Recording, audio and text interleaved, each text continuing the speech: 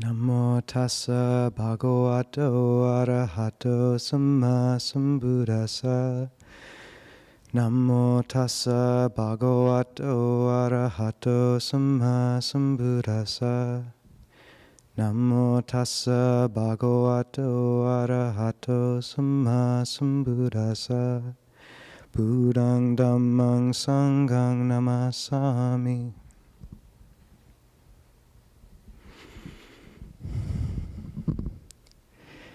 It looks like I'm collecting myself, but my foot just fell asleep. So,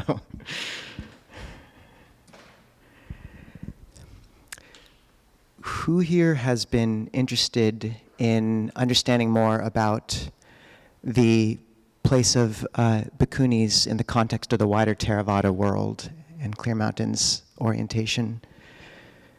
Who here has been interested in Clear Mountain's orientation towards affinity groups?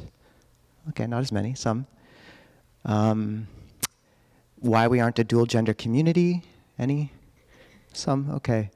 So these are all the questions that I think sort of float around a little bit and we don't usually address directly because it's somewhat difficult territory to speak about skillfully. And I think as our community grows, we are maturing enough where these are important issues to kind of speak about a bit and to give some description of where Ajahn Kovilo and myself stand on some of these things and are thinking about them, and to where things become very interesting is when these beautiful Dharma principles really become embodied in reality and in a community, and how we're holding this. And the Buddha didn't teach Buddhism. Someone once asked Ajahn Sucitto what Buddhism was, and he said, Bud is awakening, and ism is everything else.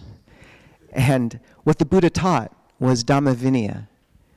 The Dhamma, these teachings, these articulations of truth and the path to realization of truth. And in the West, we love this. These teachings are profound, they're impactful, they're pristine and crystalline. It's amazing how the deeper you go into what the Buddha left us over the course of 45 years of teaching continuously throughout the Ganges River Valley, the fact that again and again, there's this recognition of truth of what he's saying. Things you knew or intuited but had never heard spoken about so clearly. And this is an immense source of joy that we underestimate, is recognizing truth. Ajahn Jayasaro makes the comment that, you never kind of read one of the passages in the canon, or at least I think almost never have, when you're like, wow, the Buddha really got that one wrong. It's just like, yes, yes, yes. And for something 2,500 years ago to be articulated in such a way, what a profound gift. I think if we really think of the arising of a Buddha in the world as perhaps the greatest event in human history, or one of them, it sounds a bit extreme. Granted, I'm biased, I'm a Buddhist monk, but the fact that a being was able to awaken to a place of a stability of heart beyond greed, hatred, and delusion, and to teach it with such clarity, and to not only that, but create an institution, the Sangha. And this is where the Vinaya comes in, these codes of conduct. An institution which has lasted 2,500 years. We're among the oldest of humanity's institutions. But the Vinaya is not as romantic and as necessarily the Dhamma is. It's much more practical. It's the precision with which we move through the world. And it's not always articulated just in the service of an individual's practice. The Buddha was thinking in terms of centuries, millennia, generations, and of huge populations. So there's rules, which seem utterly baffling to some people initially. We aren't allowed to dig as monks. And you come across that rule initially, and you think, well, that is random.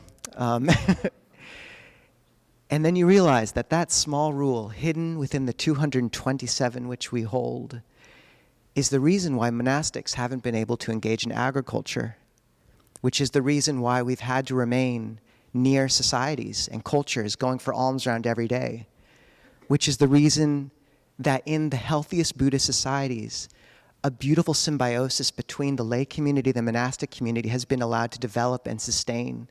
The monastics have been held accountable for their behavior. And when that has gone astray, when large monastic institutions have begun to form, say in Nalanda in India, although that was more due to royal patronage than agriculture, or elsewhere, the monastics become distanced from the people who they're supposed to be in communion with, and the Sangha becomes fragile. And perhaps one of the largest reasons that Buddhism was wiped out of India is this exact thing happened. So yes, you come across a rule that says we're not allowed to dig, and it seems strange. And then you realize that it's one of the things we have to credit with a lineage that goes back through the rise and fall of empires.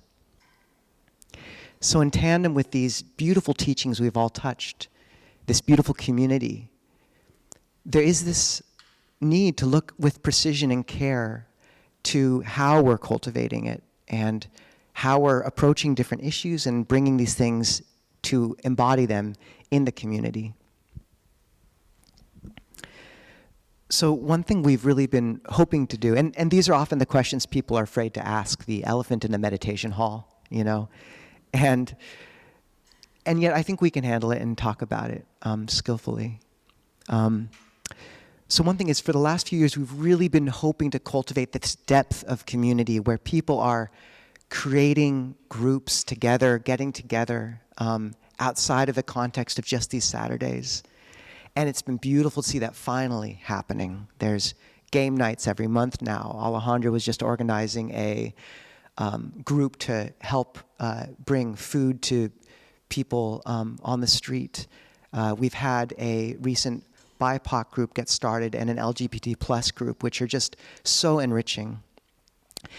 And how we're holding these is, in the Buddhist conception, at the apex of a culture is shared humanity. This fact that when it all comes down to it, in a Buddhist conception, we've all been reborn as men and women, every race, every species. There's a wonderful sutta called the Dukkata and Sukkata Sutta, where the Buddha says, when you see someone come across hard times, you should think, even I too have been reborn, experiencing just this thing, just this sort of state in the course of this long, long time.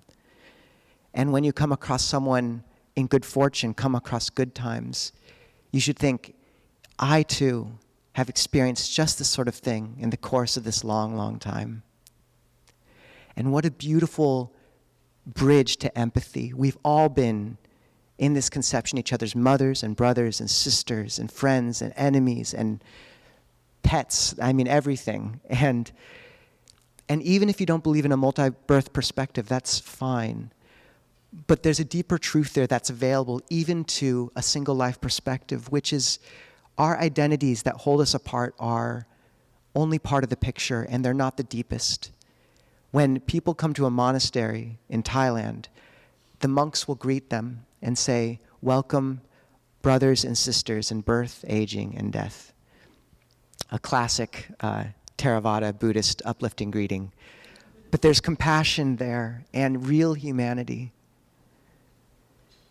And the Buddha was so careful about the Sangha being this place beyond caste. People underestimate or forget what he was pushing up against in ancient India, in bringing together all these different threads in one institution and doing it beautifully. It was revolutionary. And there's stories of, these Khattiya class aristocrats ordaining alongside Upali of the Sakyans, just a barber. And these royalty had the barber ordained first so that they could always hold him as senior and remember that they'd given up all these worldly labels. In Thailand, the monastery is where people come and they are just Buddhist, or not even Buddhist, they're just human together. And it's amazing to have a place in society like that where all political factions gather in one spot. This is the place where you have redeemed war criminals who ordain and are forgiven by society. It's where you had communists coming together when there was an insurgency in Thailand with factions of the royalty and the military, and they were all safe in that monastery context. There's a place in society for the apex. Longpa Sumedho talks about how when he went to England, he had dreams of a stupa, these chetties, these steeples in the Buddhist world. And this conception that at the point, the apex of a structure is a single point. And you can look towards the architecture out in modern society, and it's often flat and spread out through directionality. But where's the apex? And this is the proper place for a monastery, our spiritual Polaris. It's where we all come together. And this maps onto supramundane right view, just the Four Noble Truths. But there's also mundane right view that the Buddha holds up alongside the Four Noble Truths. And the mundane right view, there is mother, there is father, there is what is given, there's the fruits and results of good and bad actions, etc. It's about duty and the careful attending to the conditioned realm. And similarly, below this apex of shared humanity, there is identity and conditions. And acknowledging that there's a real need to enrich a community and hold space for people coming in with different conditions, different identities, different pasts. And so with Clear Mountain, the official Clear Mountain events, we will have Saturdays, Wednesdays, other events, and this is under the auspices of the monastery. We have Clear Mountain adjacent events, the Sariputta study groups, these events that we sometimes list on the website and are structured and we have some accountability for. And then we have these other basket of opening space for the wider lay community to bring forth and cultivate these enriching other opportunities and other groups, and making space for people, and I think we'll do this the last Saturday of every month, to announce in the coming month what events are being hosted. When can people come over and share brunch at your house? When can you get together and make food for those on the street? This is where we'll have really important space, I think, for groups such as the BIPOC group or LGBT+, where people who,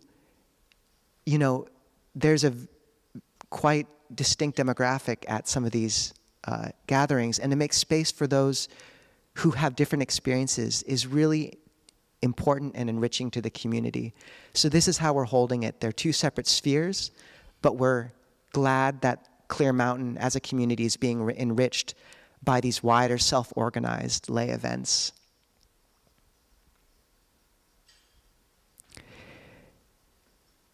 And I think a question might come up then is, okay, so if identities to be kind of held secondarily, I see you are just a bunch of monks up there, so what's that about? And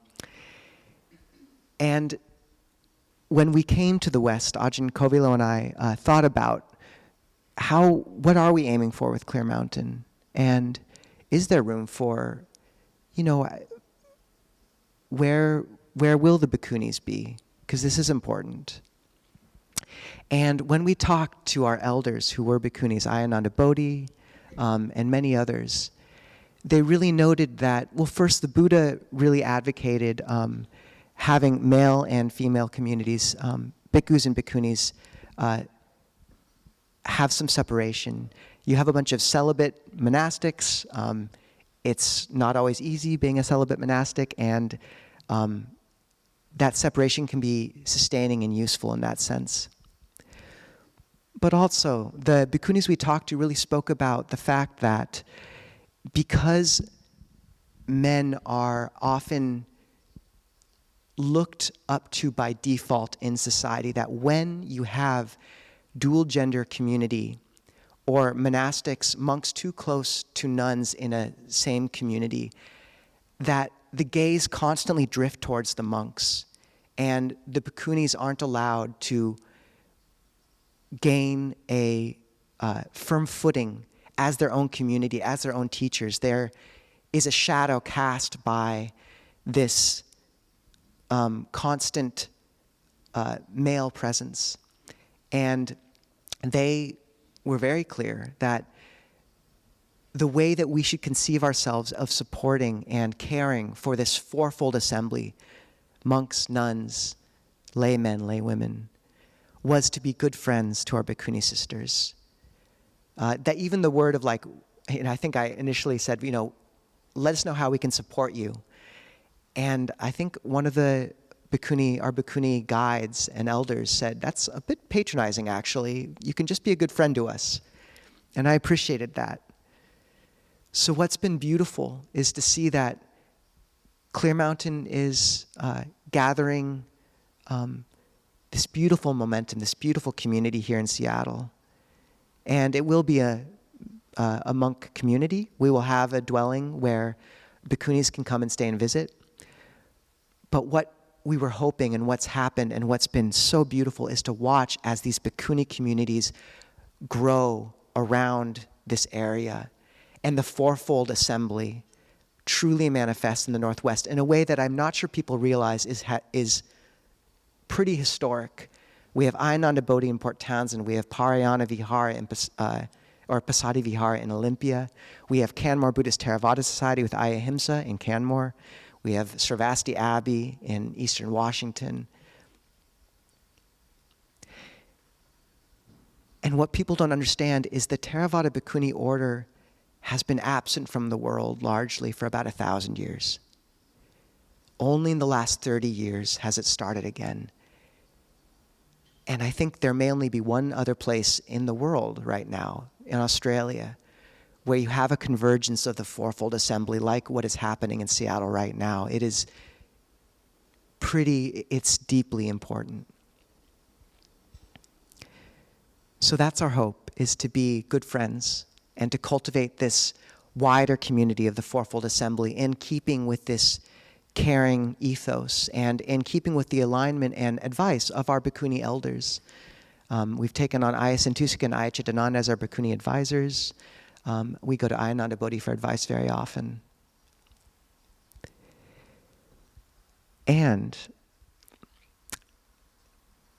for those who are wondering about the Bhikkhuni, what's kind of not very beautifully called the Bhikkhuni issue, I think actually very unbeautifully, so let's not call it that. But the place of Bhikkhunis in the wider Theravada world, this is, to begin with by saying, we can forget what a flash of brilliance and beauty and foresight it was that 2,500 years ago in an extremely patriarchal society, the Buddha not only said in a pretty unprecedented way that women were capable of enlightenment exactly as men were, but created an order, a self-sustaining, self-governing monastic order for them. It was unprecedented. And not only that, most of full ordination can be given to monks when they're 20 years old and to nuns when they're 20. We're allowed to ordain as novices, which have slightly less rules, when we're, quote, large enough to scare a crow. So about 11 years old maybe, depending on how scary you are and how the crow is. But the Buddha made a special allowance for women married at the age of 12 and above, where they could ordain. This compassion for helping women who were put into underage marriage move into a Sangha, an institution where they were held by something different. And this Bhikkhuni lineage, created at that time, has lasted in various forms all the way to the present day and ushered innumerable beings into enlightenment. The Sangha is a quiet thread that runs through history, and I don't think we realize how different the tides of history might have been without that quiet thread of bhikkhunis and bhikkhus running through the world, through that fabric. The ripples that move out from the quiet center are hard to understand. And even, Ajahn Nisabho has this beautiful thing where he says, you've heard about these trees in the Amazon, these vast trees, and you've never seen one. But somehow knowing that there are these ancient trees in the Amazon just makes you feel better about the world.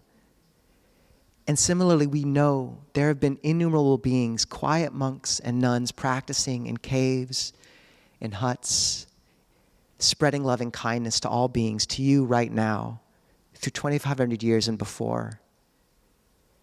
And isn't it just kind of comforting to know that there is another path that has been held open? This door has been held ajar for 2.5 millennia for all of us, through the rise and fall of empires.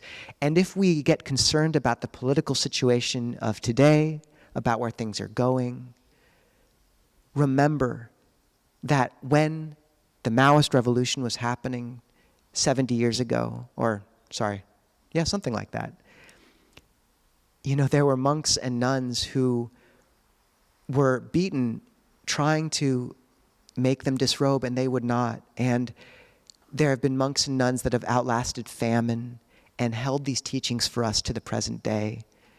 This Sangha has lasted far worse. This is the thread you can rely on. It is beautiful, and we owe it. There's a duty for us to carry it forward with utmost care.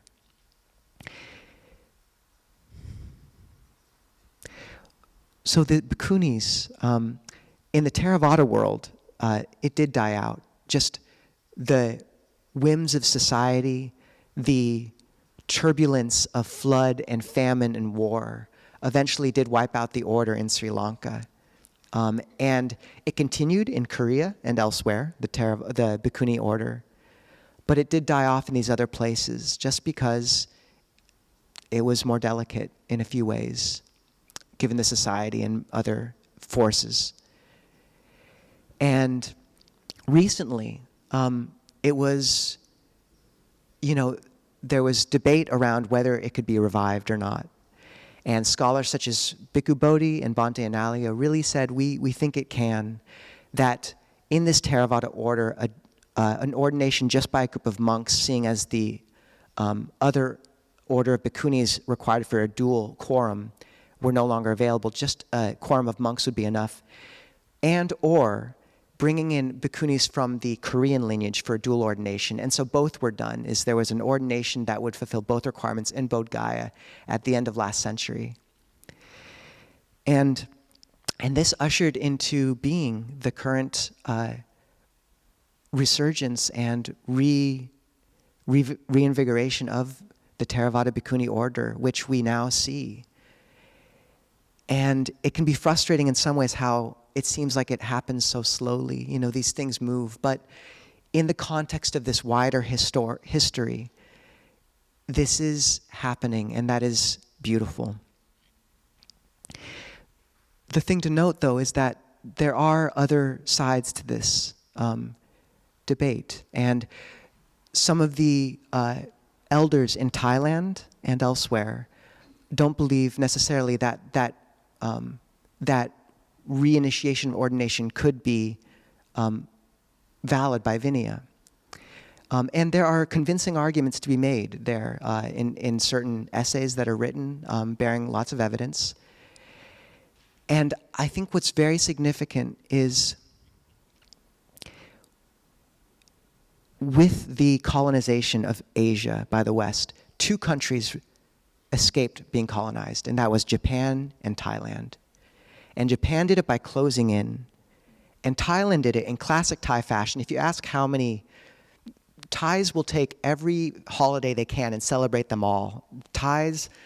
Thailand has this ethos of welcoming. It's the land of smiles. And that's how they largely avoided colonization, is they played all these different powers off each other.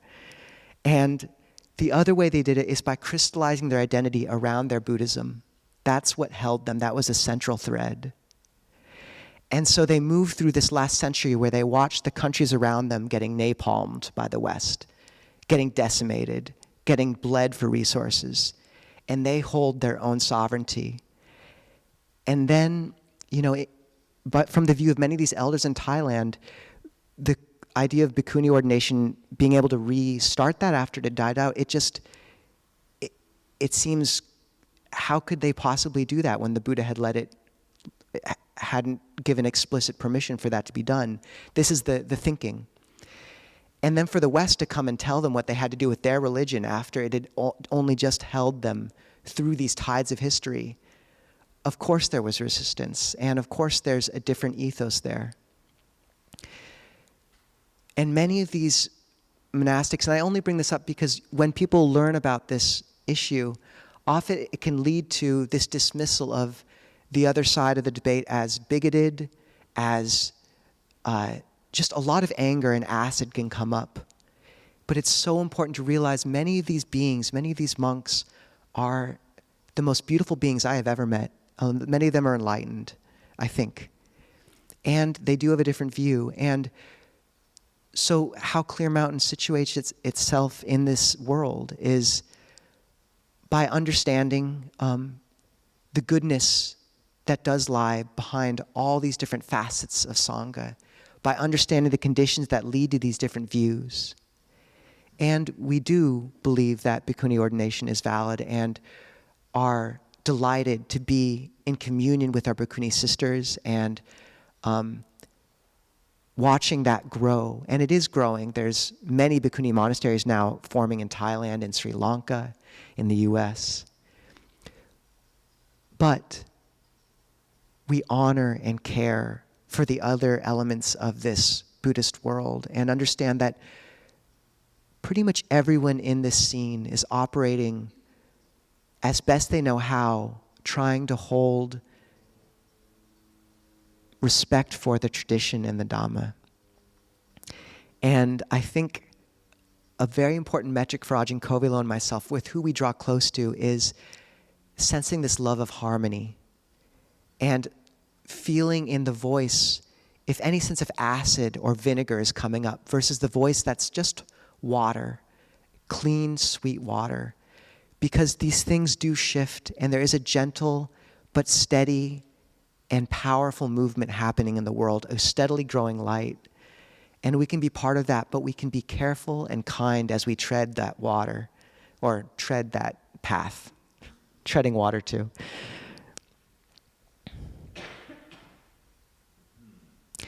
And the final thing I'd say is, I'm hoping I'm articulating this correctly and beautifully, because I know it's a question that comes up for people.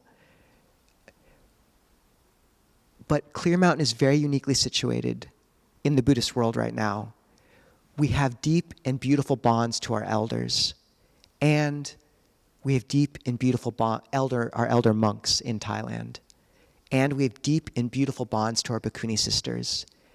And our power as a community lies in our ability to not break either of those. We bridge a gap where we can bring these two together.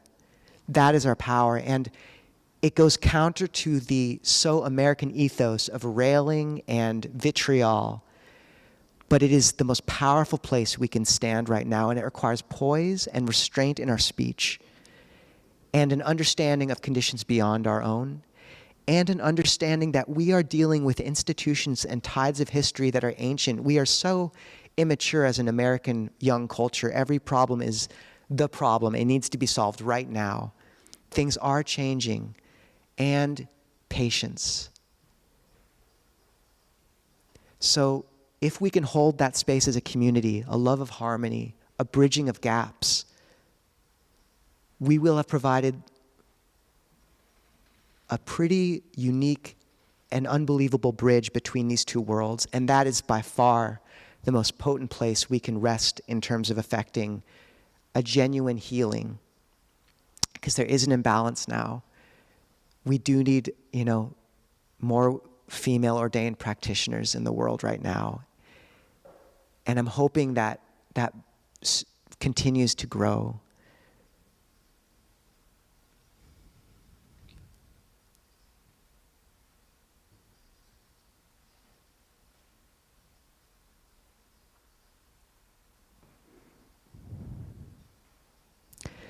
So just to say that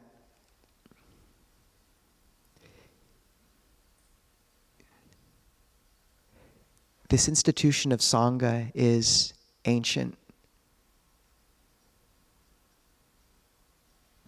And there's a conceit often articulated in Western Dharma circles that the Dharma adjusts to whichever culture it moves into. And so we have to kind of take the important stuff and get rid of the baggage. And Ajahn Jeff, in this wonderful article called Lineage of the Noble Ones, makes the case that actually what's happened is that when a potent, cohesive Sangha moves into any culture, it changes the culture. And that is true. It really ripples out. There's a potency to these forms. And I'm not saying that all Americans are going to become Buddhist, but just that there is an archetypal potency to what the Buddha created. I remember reading the biography of St. Francis, and at the end, it listed sort of his 12 pages of monastic code for the Franciscans. And the author said, you know, what an amazing document he left us with. And fair enough, we're all about, you know, ecumenical love, but the Buddha left us a document of astounding detail, a self-governing institution and lineage which has lasted so long and is so clear, and we want to hold it carefully. Longpo Munindo notes that you don't always know which rules, which forms are key. They were knocking out a wall at Chithurst once. They bought this old derelict mansion in Chithurst in England for their first monastery. And they were going to knock out this wall, so they kind of sawed into the top of the wall all the way along, just to make sure there was no supporting beam. And there was nothing. So then they knocked it out, and immediately the whole ceiling bent. And what they saw was that the beams were crosswise. So there was nothing at the top, but it was, when they knocked out the wall, they knocked out the supporting cross. And similarly, some of these rules, you don't know which ones are key, which forms are precious and instrumental. Who cares if monks dig or not, right? It's an absurd rule, but it's not. It's key. And so just to take a step back from our American conceit of the new and understand that there is a love of the old and ancient. There's a wonderful quote that we have to care for. There's a wonderful quote that if you want to learn something new, read an old book. So to say that, just bring that sense of respect and care to these forms. One of the things I love about Theravāda is it has teeth, it has clear articulations. And in kind of this nebulous hodgepodge of feel-good American spirituality, thank goodness we have the clarity of these teachings, which are precise and pristine. So I think if we can care for that as a community and bring real humility to it, these ancient forms that have far outlasted us, then we can be in good stead. If we speak with harmony and love and just the sense of sweet water instead of any vitriol, then we'll be in good stead. So thank you.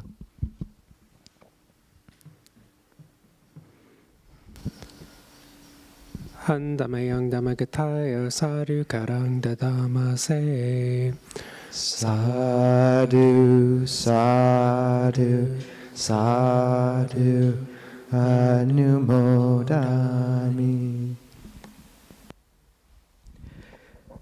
Okay. So we have time for some questions. Not totally sure how that one landed, but let's see. And this also is a good time for questions which you have been afraid to ask. But Jen, even if it's not that, you can also ask whatever question it was. I had a totally different question, but I'll save it for another day, because this was a very skillful talk, and I very much appreciate it. You mentioned something towards the beginning of the talk that I found myself falling prey to, which is I met you first coming to Clear Mountain, and then Ajahn Kovalo came, and I got used to your knowledge, your humor, your personalities, your love. And when the ayahs first came, I had an aversion to it. And I don't know if it was because of getting to know the presence of the two of you, or if there was sort of that patronage. And so I think what I would offer is, when you and Ajahn Kovalo are not here and there is just an ayah here, my focus more readily goes to them. And of course, when Ayya Ananda Bodhi came, I was like, woo! And so I would just offer that. I appreciate this talk. Having come out of Martin Luther King and listening to his letter from Birmingham jail, and where he rails against not even the Ku Klux Klan, but the white moderate, where he says, you've asked us to have patience for too long. I worry a little bit about the patience aspect of it, but I know that you guys are skillfully supporting the Bhikkhunis, and I really appreciate that.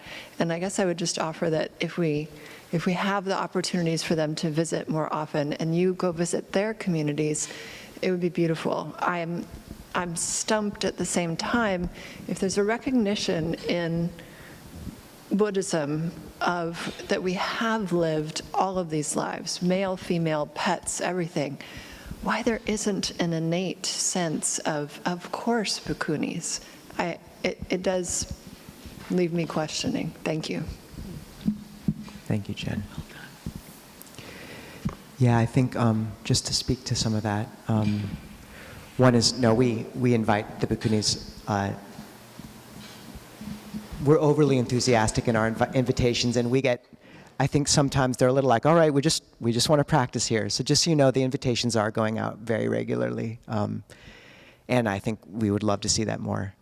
And no, we're open to going whenever that happens, and absolutely. But just so you know, those emails are going around, and monastics, we all just kind of like to stick in our spot, and sometimes it's hard to draw people out a little bit, but we do try and going there as well, I agree. And I will take note of that. And I'd say, yeah, with the multiple births, and of course, Bhikkhunis, it's not like those who don't believe in the Bhikkhuni form just dismiss female ordained practitioners.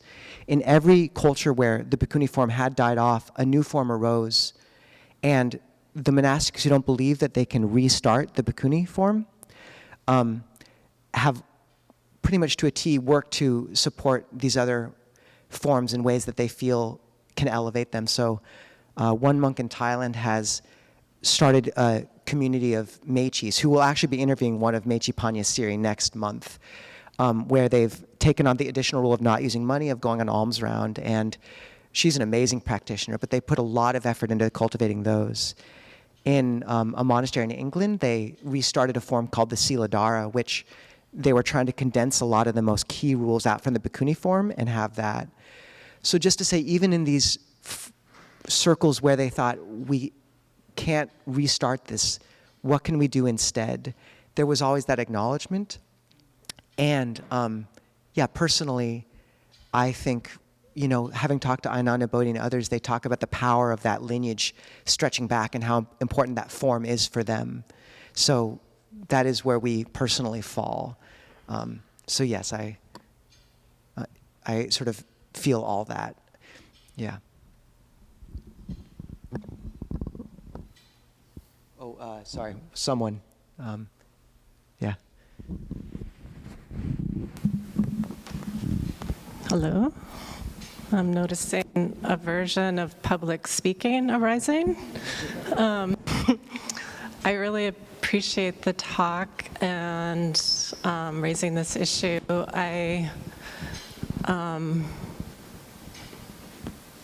I would say I've been practicing since 2005 with increasing levels of commitment, and I would say in about 22 had a bit of a, I'll call it a faith. I found out that certain lineages didn't ordain women, and other things about gender oppression were happening that I didn't know about, and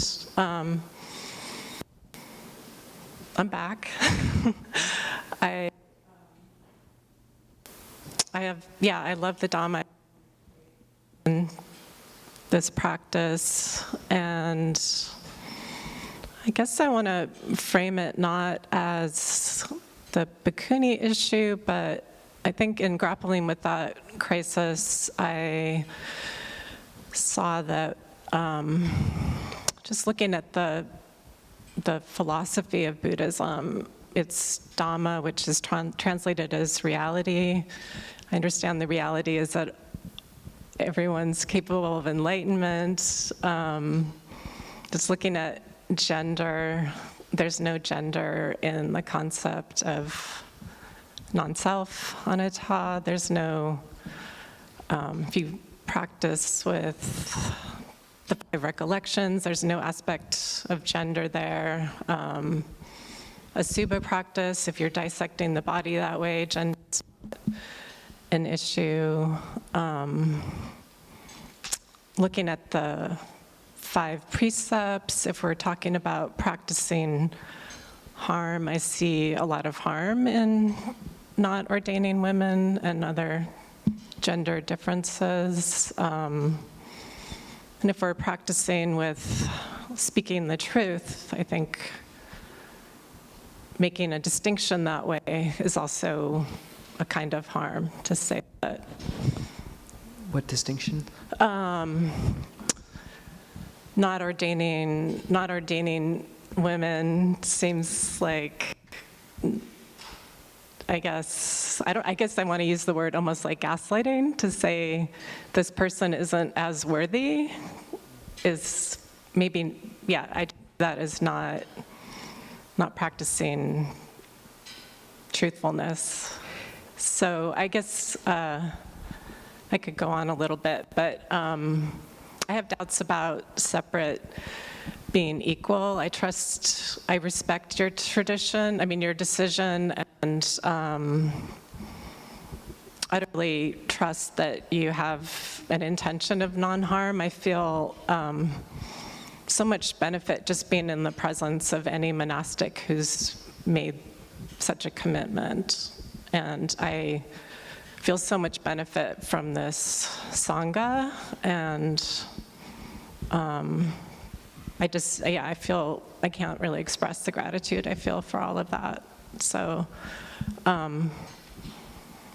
I guess I'm partly expressing just the appreciation that you're raising this issue and reframing it, perhaps, so, if you're interested. Thank you.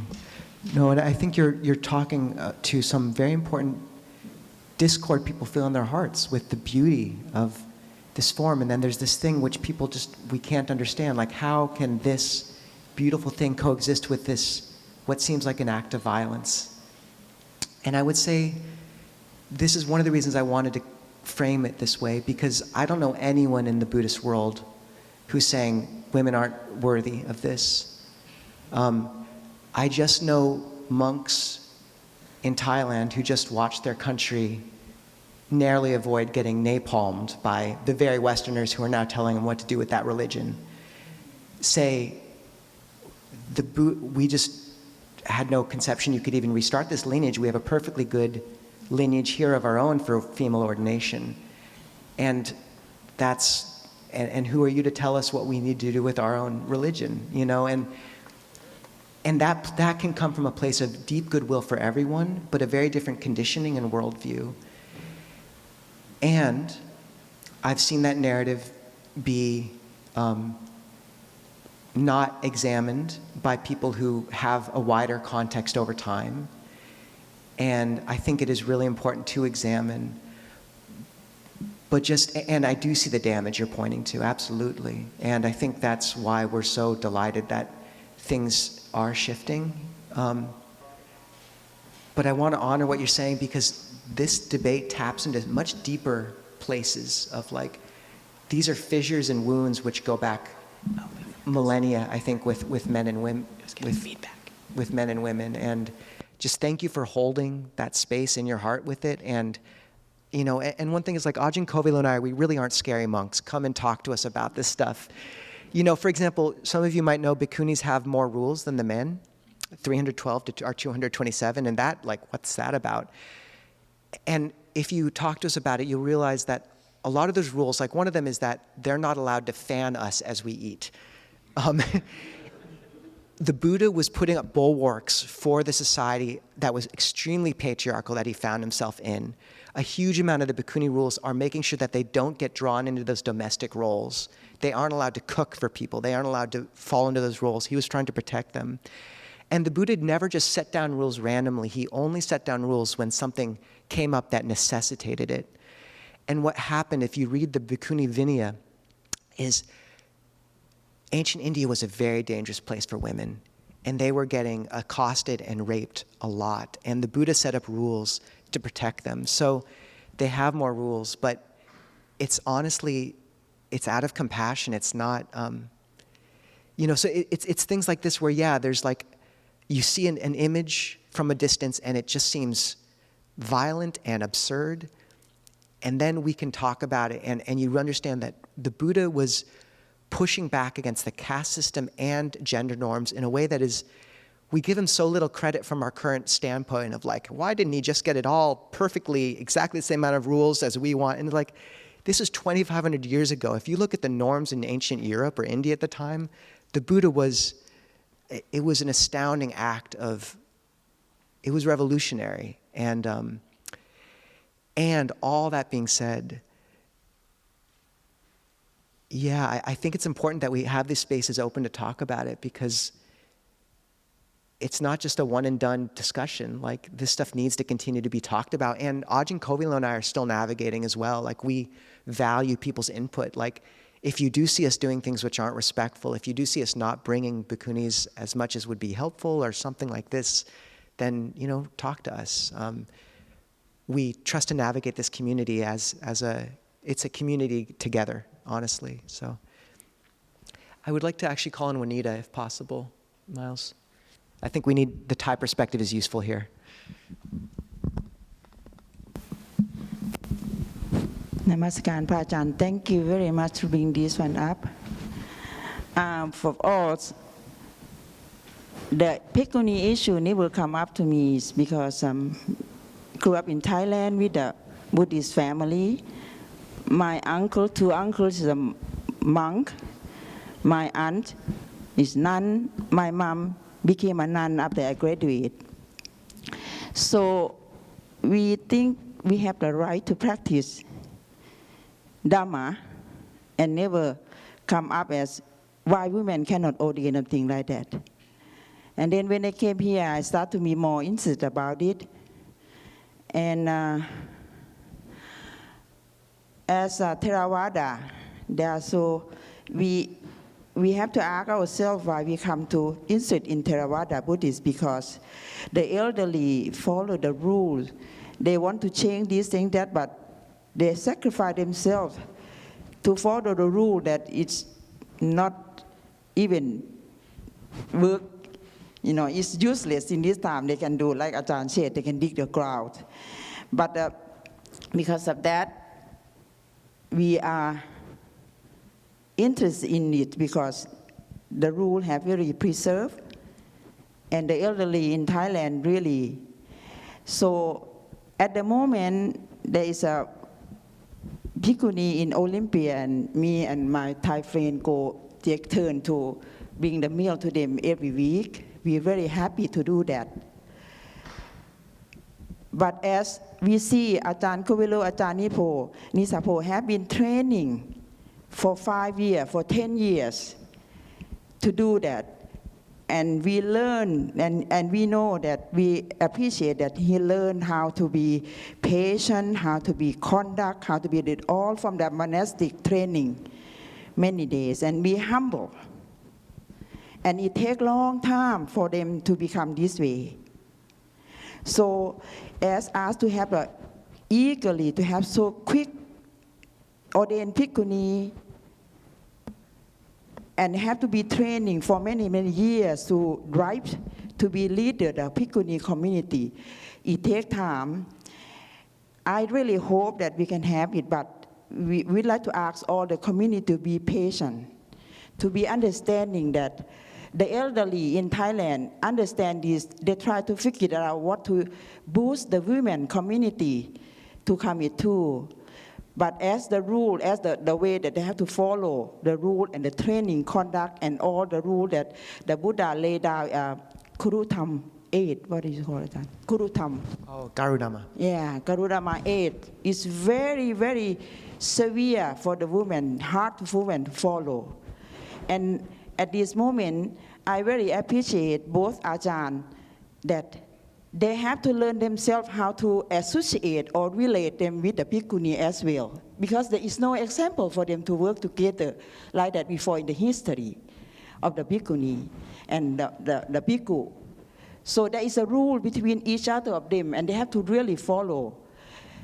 Like when they each other, how to they bow each other, how to they sit, how to this is a rule that have to be considered to live in harmony and have the Sangha as the Buddha want to lay down. So I just would like all of us to be patient and understanding, and all the Sangha, the Kruba Ajahn in Thailand, they really want to help the women too, but they don't know how. I think it deserves a sadhu for the ancient Thai lineage, which we're all blessed by, and which Juanita is speaking to. Sadhu, sadhu, sadhu. Thank you, Juanita, truly, for representing that. And I hope I spoke respectfully of our Thai lineage, because it has given me everything I have. And yeah, Juanita spoke to the rules that we have between the monks and nuns, which we're still figuring out, and that's actually it's a fun exploration. We aren't allowed to give robe cloth freely, just for nothing, to a bhikkhuni, because the Buddha wanted to avoid kind of favoritism. So usually if we give a bhikkhuni any robe cloth, we have them give us back like a bag of tea or something like that. So we're working with it in different ways. But this is a skillful conversation, people, and please continue to have it. If it's leaving a splinter in the heart at all or some bruising, feel free to talk to us about it always. But it felt like we're mature enough of a community to actually talk about this now, so it's good too. Thank you, everyone, really. Gary, I'm sorry, I don't think we have time. Unless you were just going to be like, Well, I wanted to express appreciation for, first of all, how skillfully you're doing this, and for the fact that you are open to, in a very vulnerable way, struggling to understand something that is being recreated. And appreciate your openness. Thank you. Thank you. And if people, the Meiji form is a powerful lineage that also exists, and the Thais have done beautiful things with, and we will have an interview with one of our favorite Meichis, Meiji Panyasiri, next month on the channel, so do tune into that. Thank you all.